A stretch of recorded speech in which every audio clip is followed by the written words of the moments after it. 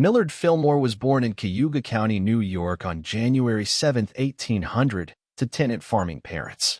Millard's childhood was marked by poverty and toil, and his father apprenticed him to clothmakers.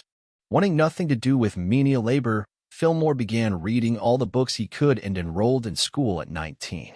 He taught school and became a law clerk, and in 1821 his family moved to East Aurora, New York.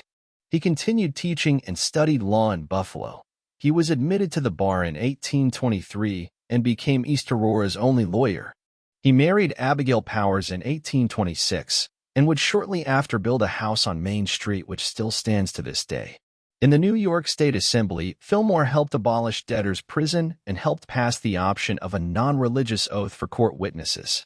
After leaving the Assembly, Fillmore moved his wife and son to the rapidly growing village of Buffalo, where he would help draft the city charter and co-found the Buffalo High School Association.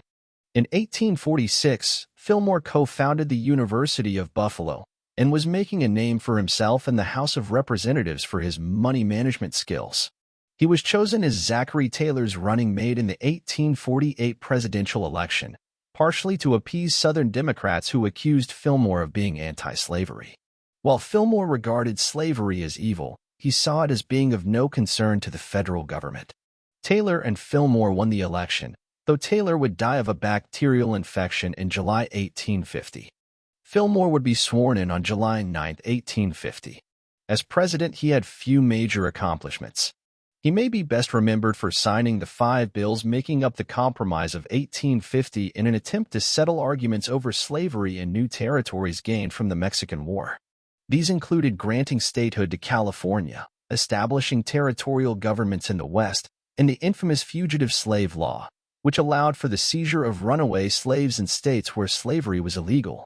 In foreign affairs, Fillmore is known for backing Matthew Perry's expedition to Japan, which opened the country up to Western trade and diplomacy after a long period of isolation. Fillmore declined nomination and left office on March 4, 1853. Just a few weeks later, Abigail Fillmore died in Washington. Millard officially left politics after his Know-Nothing Party suffered a major defeat in the 1856 election. Back in Buffalo, he remarried and purchased a mansion on Niagara Square. He continued his civic activities, including co-founding Buffalo General Hospital, now Kaleida Health, and the Buffalo Fine Arts Academy, now Buffalo AKG Art Museum. During the Civil War, he was commander of the Union Continentals, a militia group trained to defend Buffalo from potential Confederate attack. After suffering 2 strokes, Millard Fillmore died on March 8, 1874. He is buried in Buffalo's Forest Lawn Cemetery. Despite being one of the least memorable presidents, Fillmore carved out a great legacy in the Buffalo region with his many philanthropic and civic activities, and he is remembered today as one of Western New York's greatest residents.